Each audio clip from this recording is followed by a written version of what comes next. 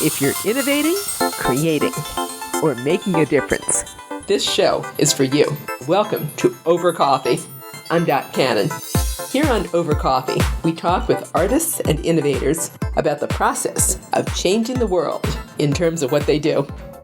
Since my class is very physics-based, the first day I have them talk to each other about their superpower, and I make them write down, how does it actually work? It's not just magic.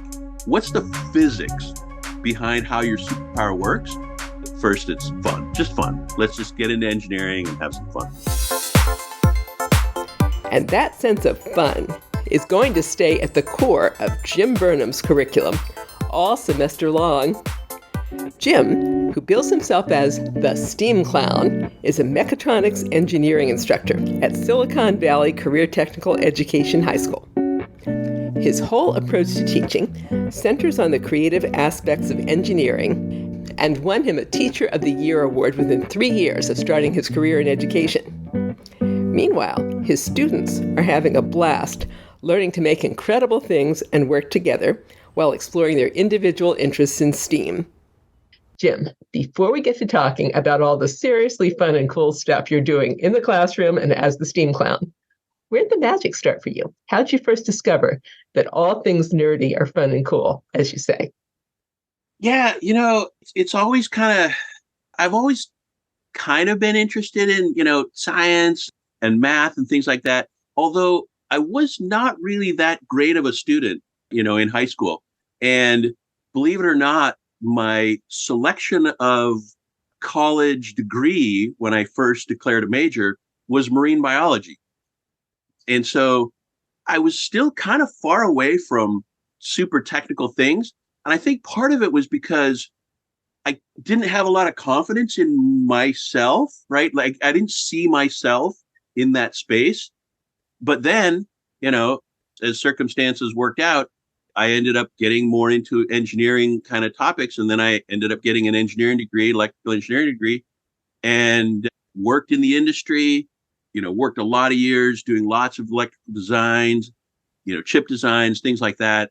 And I just kind of loved it. Right. And so that kind of imposter syndrome kind of like went away to some extent. But I always kind of noodled in my head to like be a teacher, to really, help other people kind of get that sense of, hey, you can do, these nerdy things. You can do these technical things. You can learn how to do this. It's really not that hard if you just break everything down into little steps. And so that's kind of how my nerdy journey to figure out, how to be a mad scientist in a classroom. As a mad scientist in a classroom, who, by the way, won a pretty prestigious award within about 3 years of becoming a teacher, what was the deciding factor? How do you go from, I'm not so sure I can do this, I'm a marine biologist, to, whoa, I really love being an electrical engineer? Yeah, part of it was one of the main things that really kind of stopped me from making that jump right away from, whatever I was going to do to engineering and really technical stuff was math. And really feeling like, oh, I can do this math, right? Because like I said, I wasn't a great student. I mean, I got B's in high school and stuff, but like I didn't really super apply myself. And although I had lots of friends around me that were, really smart and, took AP classes and all kinds of stuff, that just wasn't me. And so when I got to college, the thing that really kept me from immediately going into an engineering program was math, right? And I had professors tell me, oh, you haven't really done much calculus. You'll never make it in this program. And that's the thing that kind of stopped me from really pursuing, an engineering degree at first. And, as I kind of acclimated to college and figured out what the heck I was doing, I realized that some of my friends, it's like they took Calc 1 and then they took Calc 1 again, and then they took Calc 2 and then they took Calc 2 again, and I realized, what? It's just, you just got to figure it out and do it. It's not like you can't do it. It's not that it's going to be easy, but there are ways for people to like overcome those math phobia and things like that. And and so that's, that's kind of how I got, into that engineering program and basically made a career, out of being an engineer and stuff. But, the good story really is like, how did I become a teacher from being an engineer? Which I wish you would tell me because I don't know that many people that went from the high tech industry to I really want to be a high school teacher. I'm a high school teacher now. Yeah. So obviously it wasn't the money, but I had spent a big career in high tech and I worked primarily for one company, most of my career, but I got to do a lot of different things, lots of, you know, support organization stuff, helping engineers do their own designs, working in a design center, doing digital designs for other companies, doing a lot of technical stuff, technical marketing. And, the kind of the last part of my career, I was actually doing a lot of board design, building little circuit boards and things like that. And, but I was just like, I'm kind of stuck. I feel like I'm not doing interesting things anymore. And a friend of mine from another company said, "Hey, we're having this design contest. They call it high school and college design contest in this electrical design where they've designed some cool stuff. And we'd like you to come be a judge for that." And the crazy thing was, it's like, I'm totally down for that. Like, where is it? Thinking, oh, it's, somewhere in California or, wherever. Right. And they go, well, it's in Romania. And I'm like, ooh, I would love to do that. I'm not sure if my company will like pay for me to go. And, I can't afford that. And they're like, no, no, no, we'll figure this stuff out. And I actually convinced my company to say, hey, why don't you send me to, Europe, Germany, and other places to like go visit a bunch of customers. And then at the end of the week, I went to this design contest. And it was so fun. It was so exciting to see those kids, work on the stuff that they were working on and do the things they were doing and coming up with just crazy ways to solve engineering problems. And, I'd always kind of been a teacher, right? And in my career, I'd actually done lots and lots of training, trained our field engineers, on new technologies, things like that. So like I already kind of did a lot of that training, but it wasn't like formal in high school. And so actually a couple of years before that, I'd actually been trying to do some stuff with some of the schools in our area here and would teach like a STEAM camp in the summer, like coding camps and things like that. And so it was like, it just kind of noodled in my head. And when I got back from that trip, I just went, you know what? I got to figure this out. And so sat down with my family and we talked about like, okay, is this going to work financially and whatnot? And kind of came to the answer that, yeah, we could probably do this. And so I connected up with this school that I'm at right now and it worked out. They were starting the school I'm at it's a career technical education school. So it's really hands-on career activity kind of stuff. And they do lots of different classes here at the school, but they've got some really high tech classes. So my class is a mechatronics class, and that's mechanical engineering, electrical engineering. You mash those together, you get fire breathing robots. But I get my students for like 3 hours every day. And so we can like really dig into things and stuff like that. And I was able to like create this program and really create this classroom just kind of the way I wanted to really be a hands-on STEAM, tinker space, maker space kind of class. Now, when people hear STEAM, it's funny. They know what STEM is, but they hear STEAM, they go, what? Science, technology, engineering, art, and math. The A usually gets forgotten. What do you remember very best about those first days after you realized you could do it? Now you're a teacher. What stands out in your mind? Well, I'll tell you what, that kind of imposter syndrome popped back into my head once I started figuring out like, oh my gosh, how do I actually create all this material? Because what's crazy in this country is that teachers are just magically expected to like have curriculum pop out of their ears. And so, just getting that ready and coming up with, material that I thought, oh, this will be interesting and hoping that like it'll work with the kids.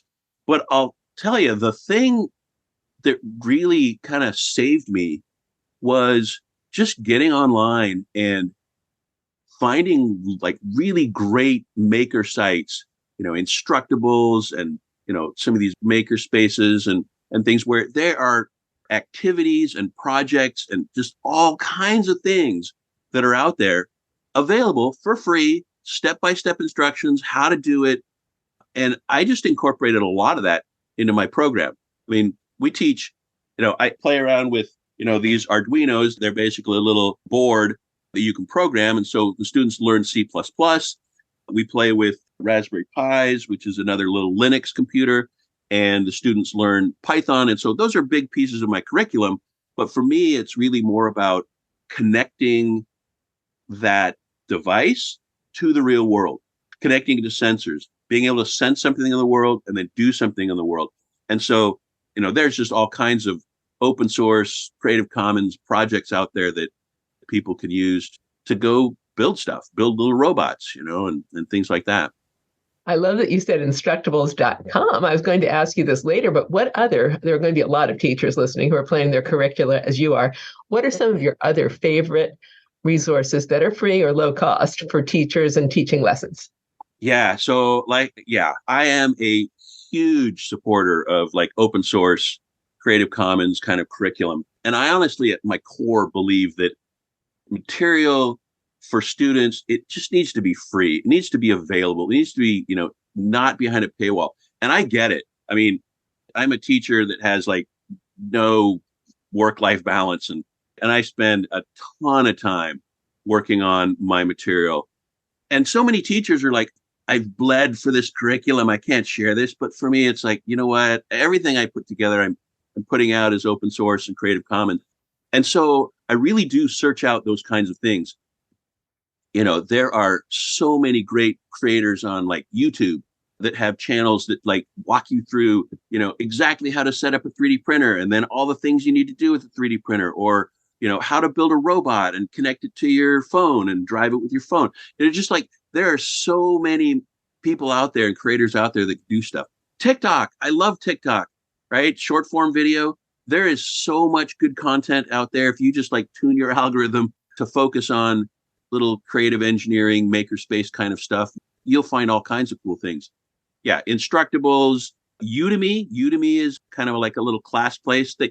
They tend to try and sell their stuff for about $9 to $12, but is just thousands and thousands of classes that are maybe an hour long, 2 hours long, video, little recorded things for free, and then Coursera and Khan Academy and just all of those big educational sites are really good resources to go find.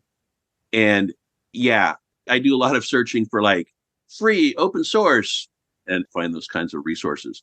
I happen to agree with you that we are losing a lot of precious resources if we charge people for education. Here's the devil's advocate position for you to address. Teachers have to eat. How do we do this? Yeah, no, I really, really think that the industry, right? Because we're training, especially in my field where it's career technical education, I'm training people who may or may not be going to college right away. They're jumping right into the workforce. I'm training a very technical workforce. And I think that industry needs to just get way more involved. They need to get a lot more skin in the game. Number one, find a teacher that's creating great content and, get on their Patreon site or, send them some stipend or something like that and have the companies actually fund some of this great curriculum development. Having companies sponsor classrooms, a STEM classroom, a STEAM classroom is not cheap, right? For me to have my students build circuit boards and go design a circuit board and send it off and have it made and come back and then solder it all together. It's for 60 plus, 70 plus students, that's a few $1,000s, right? Well, that's half my budget for the year that I normally get. And so it's I always am scrounging for, industry partners. That's what I would tell teachers is just really connect with your local industry partners and go to workshops and go to conferences. I go to all the electronic conferences and go to the free expo part of the conference and walk around and I talk to people and I tell them about who I am and I say, hey, I'm not a real customer, but this is what I do. And they're all excited. They think it's really cool that I'm a teacher and what I do. And I say, hey, how do I get this whatever product in my classroom, build some labs and stuff. And I've been able to get, companies to give me one or two or three samples of some product that I can build a lab around and do stuff with. And so really connecting with that industry partners and getting them involved in your classroom and having them come and be guest speakers and having them, let you come and do a field trip at their plant and have them give you money, right, to be able to fund these great projects that you can do. I've always been extremely shocked that teachers are so low paid because you're only building the future. That's all. Yeah. I wish you'd take me forward in your imagination. As you and I are speaking, it's just about a couple weeks until your first class starts. Put me in your classroom right now in your imagination, would you, on the first day, and tell me what we're going to do? Yeah, I guarantee you that every teacher in the country is like freaking out about that first day. And it's funny every year because, my class is really like fairly structured in what I do. It's like, okay, we're going to start learning Arduinos and C++. And then it's like, okay, well, these are all my lessons. But those first 3 days, somehow I forget completely, what did I do last year? And how am I going to do this? What's happening? And that's actually what I've been working on the last couple of days because I'm starting school next week. And, one of the first things I want to be able to do with my students is, because every teacher in every class is like, okay, these are the rules. And, students are getting 7 different teachers telling them all these different things they need to figure out. And for me, it's like, hey, let's take a pause. We're going to talk about the class. We're going to talk about what my goals are in the class. And I'm going to have them tell me what their goals are in the class. And I'm going to have them actually do an activity where they kind of reflect and do a survey on what do they expect to get out of the class? Since it's a STEAM class, we're going to make paper airplane launchers. First or second day, we're just going to sit down and build paper airplane launchers. And they're going to have a whole bunch of Legos and hot glue and sticks and, popsicle sticks and wire and whatnot, and they're going to in teams, they're going to make paper airplane launchers. And, so it's just a fun activity. They're going to have to get together with a teammate and do stuff. Another thing I do is I have them create a name tag, right? Because I don't know them. And so then I have them, get together with a partner and, do the normal, hey, who are you? What are you doing? What's your favorite, whatever and stuff. But I actually ask them to think of their superpower. If they were a superhero, what is their superpower? And I know this is classic iceberg, superpower, right? But since my class is, very physics based, the first day I have them talk to each other about their superpower and how their superpower works. And I make them write down, how does it actually work? It's not just magic. It's what's the physics behind how your superpower works? And then the next day, I actually have them get back into different teams, talk about their superpower, and then come up with the physics, the engineering on how to defeat that superpower, right? So if you were on the opposing side, if you're agents of S.H.I.E.L.D. and you had to protect yourselves from all these people with superpowers, how would you protect someone from somebody who was invisible, or if somebody was, could fly, or, it's and so you dig down on how the physics of it works. And so I always try and bring, some fun things in, but also get together with some actual engineering, some actual learning. So they have to actually think about how does this actually work? So that's my first couple of days is I'm going to paper airplane launchers. Oh, and the other thing I do, this is crazy. My van right now is about half full of printers because one of the things I also do is I say, here's a screwdriver, there's a printer, and I have 50 printers that I've collected up over the summer sitting on the back work tables, and they go take them apart and they pull out stepper motors and DC motors and sensors and optical sensors and solenoids and just all kinds of loot that they're going to pull out of there that we're going to then use later in the class, right? They're going to connect the motors up to their Arduinos. They're going to connect the solenoids up. They're going to, connect sensors up and do stuff. And so just that first couple of days, just some real big hands-on activities so that they're not just bogged down with busy, hard projects that we'll do later. But first, it's fun, just fun. Let's just get into engineering and have some fun. Few aspects of that could be a little scary to a student who doesn't really understand science in their world could be the coding and the physics. Sounds like you've got that to engage art students right off the bat. What else do you do through the semester to engage more arts-oriented students in STEAM? Yeah. So, yeah, and I always emphasize this idea that like, engineering without art is just calculating, right? And so you need to really bring that creative beauty into stuff. So when people are designing a circuit board, make it look nice too. Just don't make it be functional, make it look nice. We do a project at our school. I get to do a Halloween. We get to do a Halloween haunted house. And my class actually is one of the biggest contributors to that, where we actually go build little things. And so they've already learned how to like move a servo and make something move. So now they kind of incorporate that into some haunted Halloween prop. This year, I think I'm going to kind of focus on kind of the mystery spot, like, Santa Cruz mystery spot, weird optical illusion kind of things and stuff like that. But they get to do those kind of projects. We do a project where they build a shadow box. And basically, it's all it is an opaque piece of plastic in front of a box. And then inside the box, they've got some like little turntables, which they built. So they have little motors that'll turn. They've got fans. They've got the super bright LEDs, which they've soldered and stuff. And so then they create this diorama inside with color and movement that kind of projects itself onto this panel. And then I have a whole wall of 30 of these stacked up and running. And we put that in the haunted house. They do a Rube Goldberg project where they've got to come up with using Arduino, right? Using Arduino, they're connecting to a sensor, and then they're connecting to some kind of motor, servo, or electromechanical, device. And every team has to see what happens with the team ahead of them. They have to sense what happens, like a ball rolls out or domino falls down or something swings over or whatever, right? They sense that, then they do something, and then they kick over something, like they push a car on a track or whatever, and then that then triggers the next team. And so it's a big cascading Rube Goldberg project, which is more than engineering, right? One, they've got to do some programming. Two, they've got to do some electronics.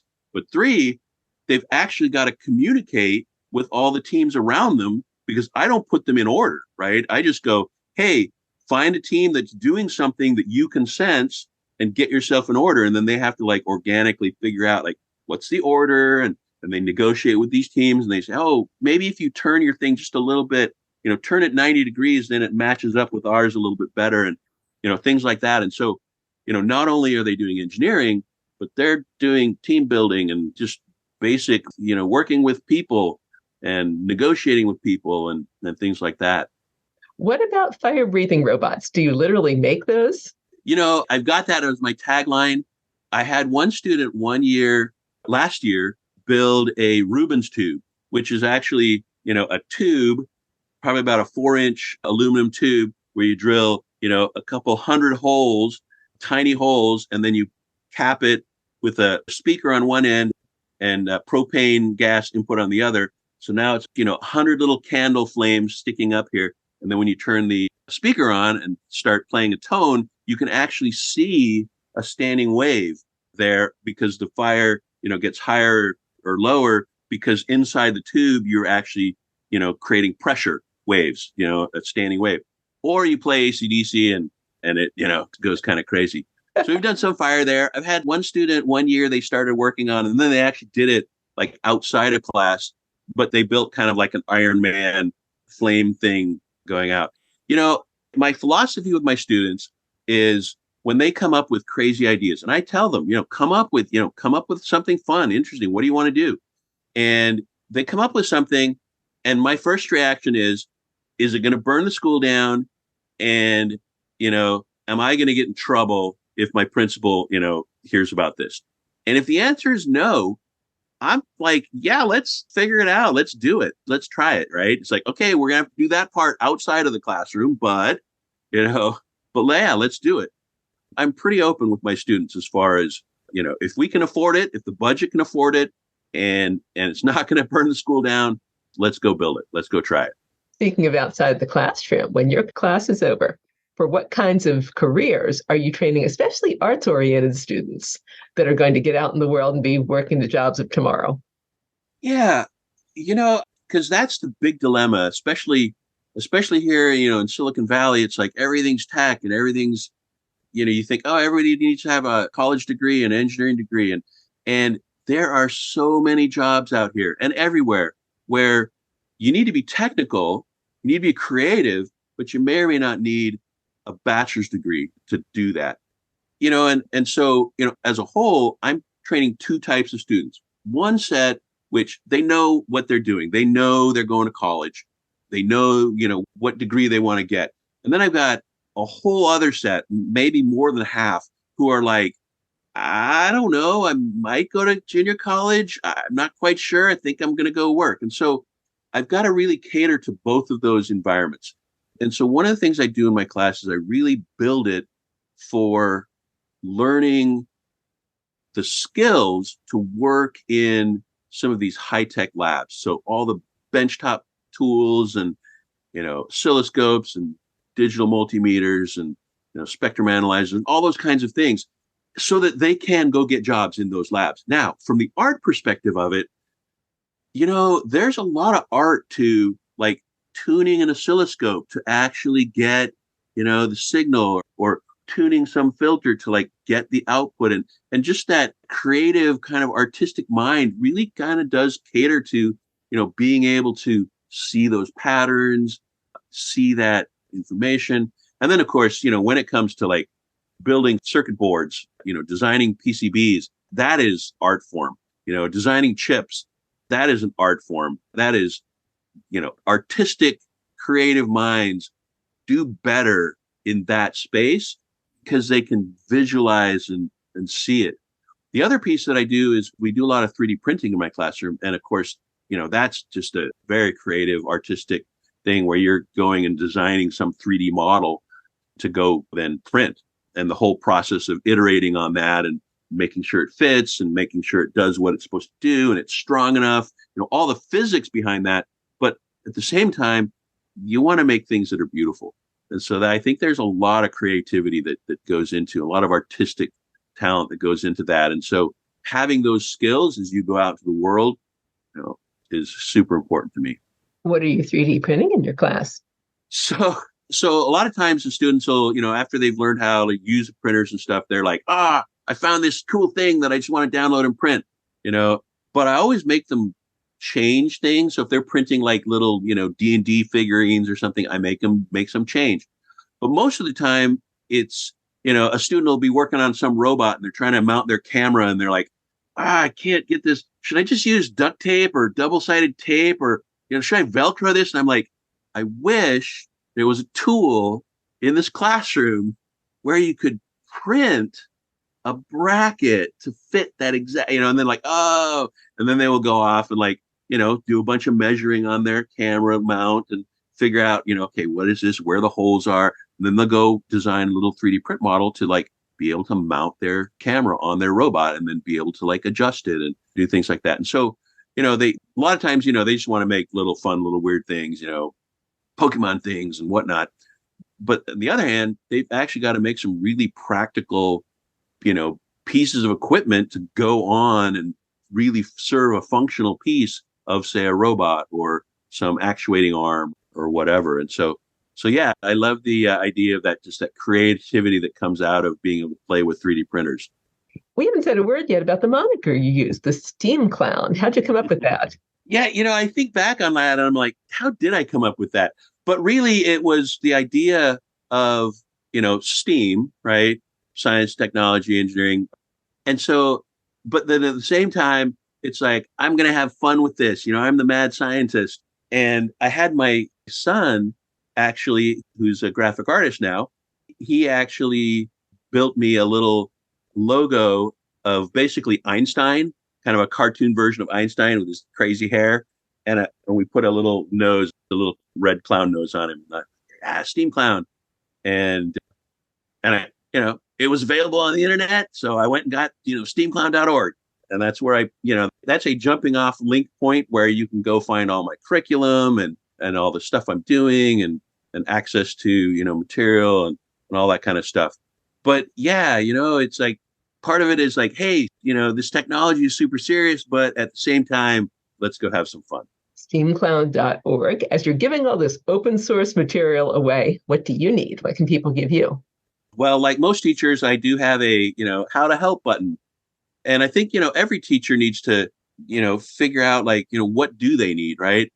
And so, obviously, I like lots of teachers, I've got an Amazon wish list and I've got, a donors choose, campaign maybe going on or Patreon sites or, whatever. But like, I think the real value that people can give to support teachers, especially if you're in an industry that teacher is training students for, is get involved in their classroom, be a guest speaker, come mentor a robotics club, just be involved. And if you're a company, like get involved with the classroom, like help shape that classroom, help make that classroom be successful by, buying lab equipment for them, right? If you want students trained on a certain piece of lab equipment that you use in your industry, wouldn't it be great to like have a couple examples of that in that classroom? And so I think, that's really the thing that I think is the most important is companies get involved in classrooms, individuals, be there to mentor and talk about your experiences. Because for me, it's like, my students, I don't have lots of girls, but, 15% or 20% of my kids are girls. It's like, I really like to get examples of people out in industry that look like them, right? So they can see, hey, you know what? I can see myself in this space or all my students of color. It's like seeing successful people in that industry. And so if you're out there, come help a teacher by being a guest speaker and being a mentor and supporting their classrooms. Supposing an amazing woman roboticist, a roboticist of color, or anybody else that would like to be a speaker is listening right now. How do they contact you? Well, I'm all about, hey, come help me, and they certainly can get a hold of me on my steamclown.org, topclown@steamclown.org is an email you can get me at. But really, it's not about me, right? If you're a local teacher in, Ohio, they need people from Ohio. Like if you're there, go find a school that's close to you and support them. If you're in California, Silicon Valley, come talk to me, right? I'll help you figure out how you can help me and how you can help other teachers, but really look local, right? Look local, help teachers that are local, help schools that are local, help classrooms that are local. What's been one of the most important lessons you've learned as a teacher within the last year or so from teaching STEAM to your students? Yeah, especially this last couple of years, just being able to get them motivated to try things out. Honestly, our students are so overprogrammed right now. And, I'll have a mix of students, some of them that are like taking 2 or 3 AP classes. And it's like, I'm just like, holy moly, this is not healthy for you to like just be so focused on school and have your whole life consumed with school. And so for me, the thing that I think can help my students the most and what teachers can do for their students is give them some space. Give them some space to like have a project they work on that's maybe not a giant piece of their grade, but that does, make them go through a lot of the organizational steps and process, but also like make it fun. Make it so that it's something they've self-selected and really have a lot of ownership for. But like giving them time, giving them space to work on projects. One of the things I do in my class too, I've been collecting over the years, lots of like science biographies or just engineering stories or great sci-fi books. And I have like almost now a bookshelf and a half, and I'm going to be adding probably 20, 30 more books this year. And they're just books. And every Wednesday, 20 minutes, first thing, students come in, they sit down, they go grab a book, and they just read. And I don't give them a grade on it, right? I mean, I make them do it. And most of them are excited about doing it. And I'll tell you, it's like, oh, it's Wednesday, it's go get the book. And I just give them time to like learn something, but like not be pressured into like, oh, I have to write a report on this, or I have to like take a quiz on this. It's like, no, just go read, just go learn something interesting here. And then lots of my open lab time projects, it's like go, if they're like, oh, I'm done with my projects, like go on Instructables and just find, something you're interested in. And, the next 2 lab times, go work on that. And, it's not a grade, But man, so much learning goes on in those situations. Give your students time to like explore and relax into learning rather than being so stressed out about learning. I love the fun and breathing space aspect of that. We've been talking all about your high school students, but we don't stop learning when we're no longer 17. What would you say to anybody who's a lifelong learner?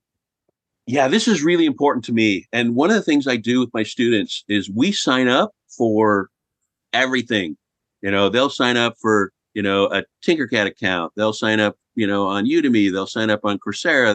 And I also have them sign up for like just lots of different trade publications, newsletters in the tech industry. So if they're interested in cybersecurity, we have them sign up for a bunch of stuff like that. If they're interested in, manufacturing or, quantum physics or whatever, there's just like so many resources out there that I get them signed up to a newsletter so that then, they'll get, something on quantum physics every week. And if they're really interested in that, then they can just start doing some deep dives into that.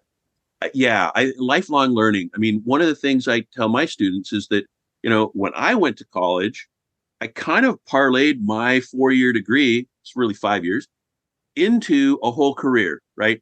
I mean, sure, I had to go learn some stuff and I had to, take some training classes and different things like that. But like my generation really was able to like parlay that college degree over their career. And students today just can't do that. I mean, every 5 years, your whole industry kind of changes. I mean, think of how disruptive AI has been in the last year, right? And, every English teacher in the world was like, this is going to ruin education forever. But like, having an AI co-pilot when you're trying to do some code or, trying to tune your resume or, write thank you notes or, get an overview of some new topic. It's like, it's so disruptive that we don't even know where AI is going to go. But like, we're all going to have to learn about it. And in a couple of years, if you don't use an AI co-pilot, you're going to be kind of like, grandma who can't figure out Facebook.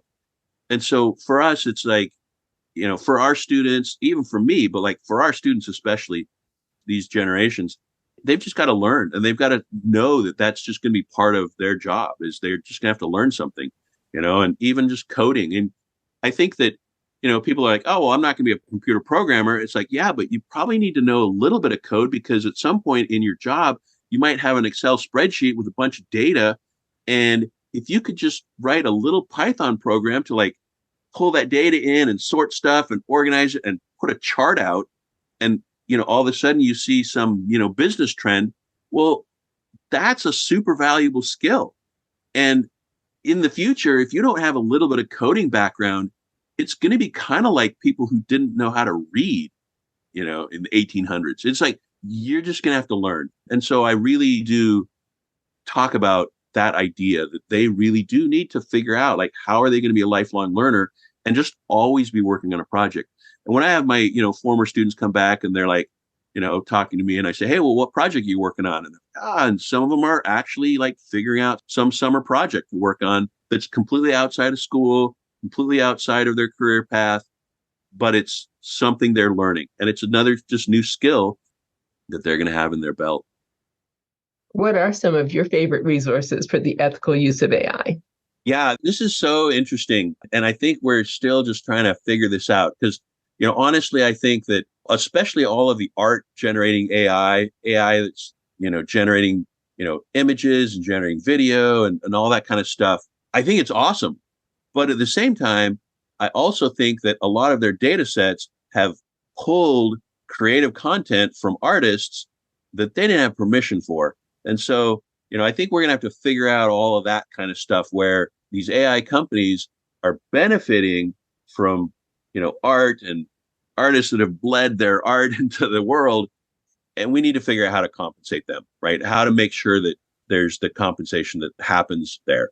When AIs go scrape all the news sites of the world and then don't pay these little tiny, small town news outlets, they don't get paid for anything. They don't get any advertising value or anything. So we've got to figure all that kind of stuff. But AI is here to stay. And we as a human race need to figure out how to manage that, how to use it, how to make it be beneficial. I think that, AI being able to like process all kinds of medical data, super valuable, going to be super great for doctors. But at the same time, we got to make sure that all of our medical data is protected. Business, lots of businesses are going to get affected by how AI works. And we're going to have to figure out, do we just make that be, bottom line on the company, or do the actual people who used to do that work actually get some benefit? Let's make a 30-hour work week. Let's make a 20-hour work week, right? If AI is making your company so much money, well, then maybe everybody should reap some of those rewards. So I don't know. My philosophy on the future is we can either pick a future that is, Star Trek Federation, where everyone can go be a physicist if they want because they don't have to worry about, having a roof over their head or health insurance, or it can be Blade Runner. And, we've got those two extremes. And I just feel like we're kind of towards Blade Runner. It's kind of the Wild West. It's kind of like there's going to be a lot of casualties with AI, affecting the world. And I hope we can kind of swing back more towards, an environment where people can like really go learn stuff. I mean, imagine if I didn't have to worry so much about having a roof over my head or health insurance, you would have so many people who are like, you know what, I'm going to really go focus on physics. And we might actually get a warp core engine and get out to the stars if we did something like that. Absolutely. Let's hope more for that kind of future. Final question for my podcast is the signature question, which is, if people can only get one thing from you about innovation, creativity, and making a difference, what would you like them to take away from you and the work you're doing? Wow, that's a great question. I think that the main thing that I want people to take away from me and my efforts as a teacher is don't hoard your knowledge, don't hoard your content, help your fellow teachers. We're not competitors, especially if they're not even in the same school, right? There's no teacher that's competing with me. I might as well share everything that I have, and all that the other teachers should do. At the same time, I realize that it's like so incredibly time consuming to create content. 10 hours of lecture and lab probably take 100 hours of real work to put that together. But like, share, make really compelling, valuable lessons and labs for your students. Make them, stretch them, make them really, figure things out. Don't just give them the answer. Let them struggle with some of the hard problems that you're giving them. Let's help them not fail, but let's help them really internalize and learn stuff. I'm super excited about technology, and I think it should just be made available and accessible to everyone. And so I think that's my biggest takeaway is like, make learning fun, be a lifelong learner, and make it so everyone can get access to that learning material. Jim, thank you for your time today. Thank you. This was great. You and I have been listening to Jim Burnham, the STEAM clown. Jim is a mechatronics instructor at Silicon Valley Career Technical Education High School. You'll find his open source curriculum materials at steamclown.org. As Jim mentioned, if you're in the San Jose area and you'd like to support his STEAM classroom, you can reach out to him at steamclown.org.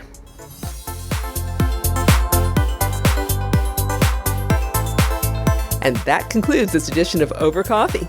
Thank you for listening. Listen to more Over Coffee podcasts at 2mavericks.com. That's 2 TWO Mavericks, Maverix. Be sure you subscribe. It's free by clicking the link on our website. Our music is royalty-free production music provided by Pond5 at pond5.com. I'm Dot Cannon. Here's wishing you a cappuccino day.